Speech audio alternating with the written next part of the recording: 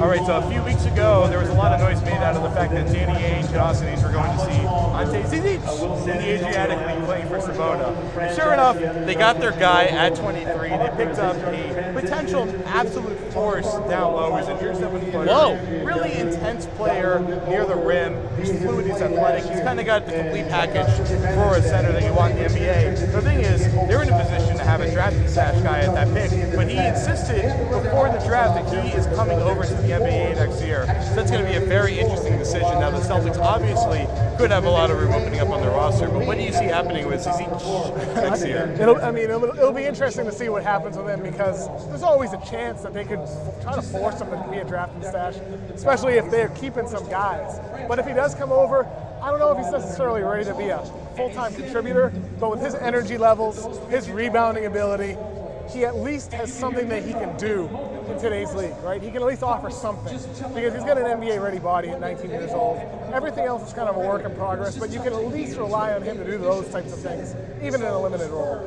I mean, he's a big body. What do they need? They need a big center down low. They need a guy who can grab boards, who can be a force down low. I know his defense isn't caught up to his game offensively, but it's like that for pretty much every player. So yeah, I like the pick where they took it. They need size. As of right now, they don't have much in the way of centers right now. So it was a draft of need, which sometimes Danny Ainge just goes for best player available. I think in this case, maybe a little bit of both. He went with a position that he figured that they could address. Potential drafting stash guy, it's a draft pick of need. You never really hear that, do you? Yeah, it'll be really interesting to see if the Celtics have a young center in their rotation next year, because they have Mickey, who showed a lot of promise to be a back-end rotation guy, and now they have him coming over. And the question really is, are they going to give minutes as centers, or are they going to try to be even smaller and playing Crowder at the 5, go with depth lineups, and now they have Brown there? I mean, it's really interesting to see if he really has a spot in the rotation at all next year. I mean, I think it's possible that they can do both.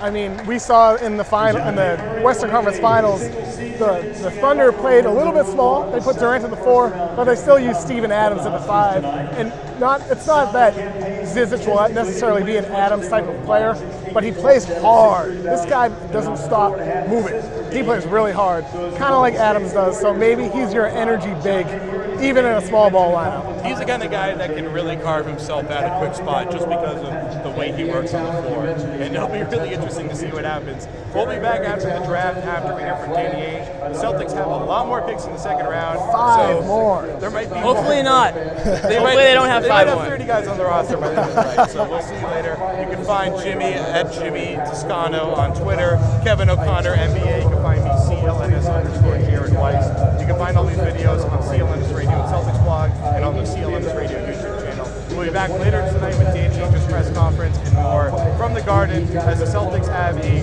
wild and apparently kind of disappointing night. We'll see you later.